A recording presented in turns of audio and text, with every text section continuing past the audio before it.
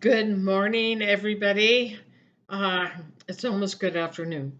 This is Dr. Myra Tatum Saucedo. If you are receiving this video, it is because I show you as enrolled in my American Literature course for Summer 2. It starts July 3rd, and the last day of class is August 17th. Okay, I made a former video and I kept waffling back and forth between is this a 7 week course or is this an 8 week course? It says on the schedule it's an 8 week course, but here's the deal. We actually have 7 weeks to read and write everything. The 8th week goes into final exams week, and uh, it only goes into one day. Uh, for us, all final projects have to be in August 21st on a Monday in week 8. So there really is no week 8. Week, week 8 is finals week for a final exam. And I am not having an actual final exam in the course. I am having a final exam paper equivalency. This means uh, should have turned off my email. It's dinging. Uh, that there will be 3 papers in the course. Uh, 2 major papers, 4 to 5 pages each, and then the final paper will be part of uh, the final exam. In other words, am combining the final exam to a paper. So you will know in advance what will be on the final exam, what you will be writing, and you do not need to memorize dates, times, things like that. This is not a history course, and my goodness, the textbooks. Oh, can I do it? Yeah. Um, I would not put those in a backpack. I would put them on a backpack on wheels. Uh, I would not ask students, can you bring all 3 textbooks to class today? And the world is going to electronic books. And that is necessary because it will keep the printing costs of a book like this way down. Students should not have to pay $107 for 3 textbooks when we're not going to use I don't know how many thousands of pages there are in these 3 books, but there's no way to use them in 7 weeks, and it's not entirely fair to anybody. And I am so happy to put in as much free stuff as I can in my courses. And uh, as I said in a recent email, Gutenberg Press, Gutenberg Press, Press, online. Google it. You can Google Walt Whitman, Emily Dickinson, Kate Chopin. It's spelled like Kate, Chopin, like Kate Chopin, but it's Kate Chopin is French. And you can read their entire works online if you cannot afford to get the textbooks today. However, this is my pitch of why you need to get the textbooks. It is because there are introductions, footnotes, and other items in the textbook that you will need to draw from for the quizzes. There's only a few quizzes, and for your major papers. Reason being, if you could do this all free online, you could use cheating websites. And I have to make a statement about that. Uh, there are no right or wrong answers in analyzing poetry, literature, fiction, short stories, anything. That's the way I teach. There's no right or wrong answer. Here's the reason. You come up with something that nobody else has ever come up with, and Walt Whitman and comparing him to Walt Whitman and his religious beliefs or something else, or his sexuality. Uh, he was the body, Bawdy, bard for America, and Shakespeare was considered the body bard uh, back in his time. So, because dared, they dared to go out of the realm of poetry and address sexual items. So, but there's more to them than that. Shakespeare was uh, magnificent at sonnets, and Walt Whitman in free verse. And so the deal is, you cannot read a poem, even if you don't understand it, or short fiction, and go to a random website that summarizes what you want to know. Spark Notes, Ask Jeeves, 1, 2, 3, Save My Grade, Course Hero. They will write a free essay for you based on prompts that students have already sold to them. My prompts, they sold to them and got $100, and for only $40, you can get an essay written for you for this course. That is flat out plagiarism. There are attorneys looking at that. I keep changing my prompts uh, because I don't want them up there, because it's not just cheating. It's like losing out. It's like, okay, I don't want to learn anything. I just want to get a grade. And believe me, I know all the essays that have been written on my prompts that are out there on every website that they're on, free essays. And it's really sad. And with AI coming up, wow, it's going to get even crazier. But the thing is, to me, there's no right or wrong answer. Just say what you feel, say what you got out of the poem, state um, oh, what you analyze from it, what you think it might mean, what it could have meant. It's not right or wrong. I will grade you on being unique and honesty.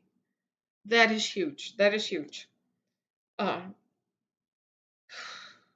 yeah, I am having to make this speech because I do not want to see anybody fall out of the first few assignments by having used Spark Notes or something like that, because some schools, especially if you've just come out of high school or you're returning to the university level for the first time in many years, you may have been taught it's okay as long as you say, cite where you got that information. Okay, I got this information from freeessays.com. Well, thank you for saving me a lot of work and looking up and trying to figure out where you got this essay, because it was written so well that I, with a PhD, could not have written it that well. And if I, as a PhD, wanted to go to the dark side, yeah, I could start joining what is known as the essay mills and writing uh, essays, free essays for students. And you got to write a lot, doesn't pay a lot. And I would not sleep at night. Ethically, it would be wrong. What does a student learn? What do you get out for your money? Why are you trying to get an education and expand your mind? Um, do that first. Do not sweat the grades. I am allowing revisions on papers. I accept rewritten assignments, and in 7 weeks, that's going to be crazy for me. I'm in the course every day.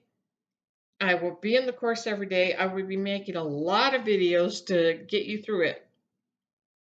But this is just the first video on why you need the textbook.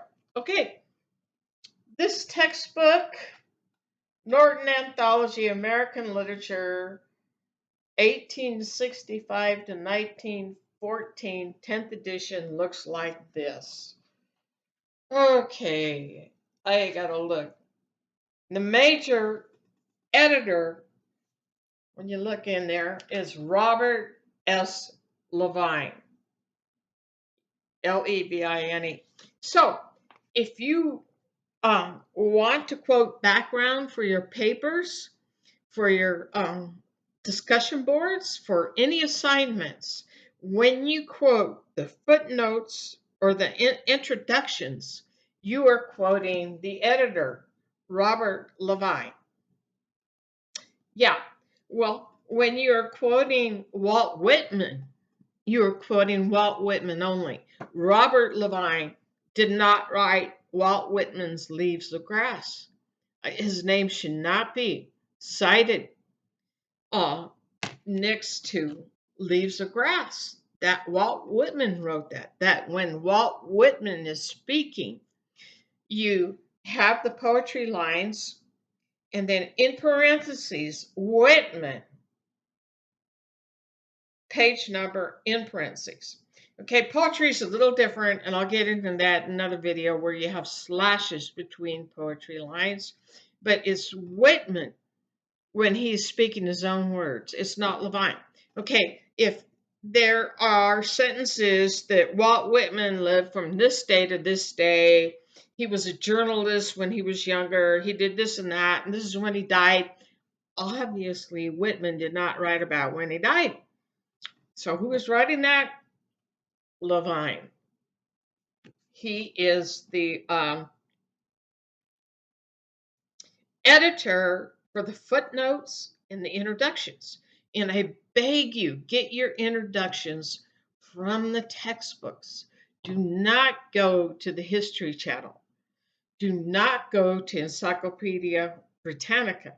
Do not go to Wikipedia. These are scholars who have been peer reviewed and fact checked for their information.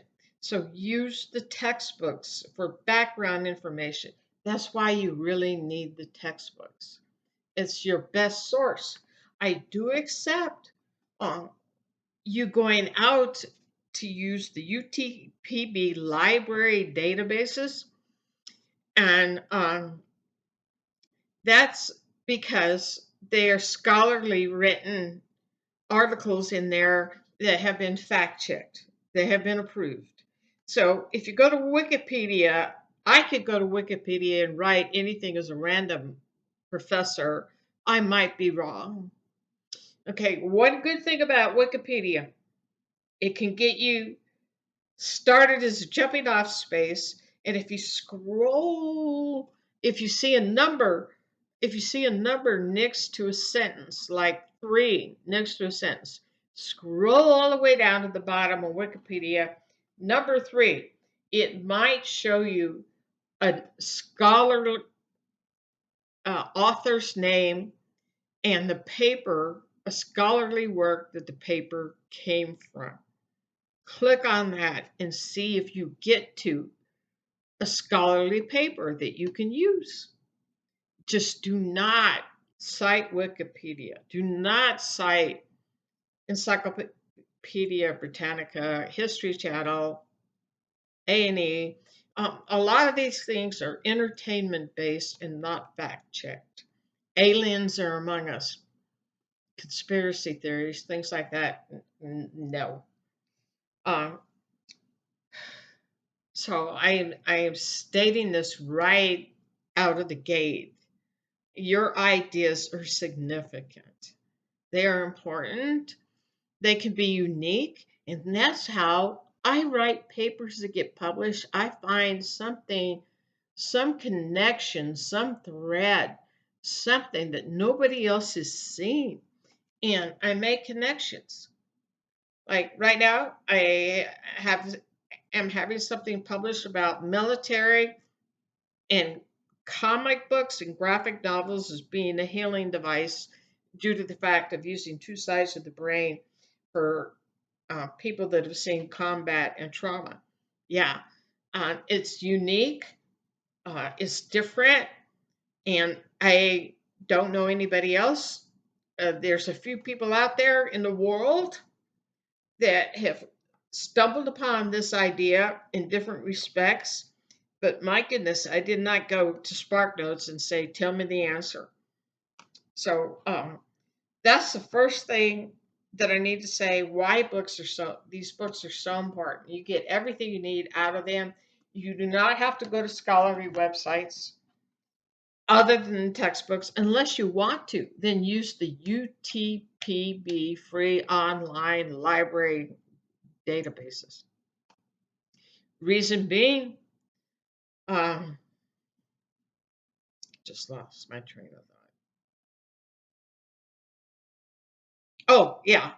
You could use the databases for scholarly articles, journals, books.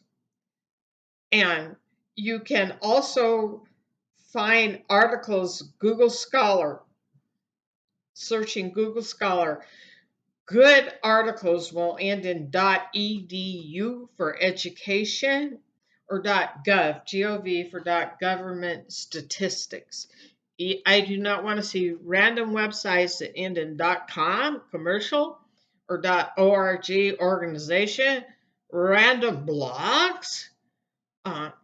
Anybody could make up a blog and make up history.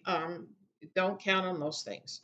So this video is already going too long, so I will be making another one in a few minutes. I just wanted to explain the importance of books. This is volume C.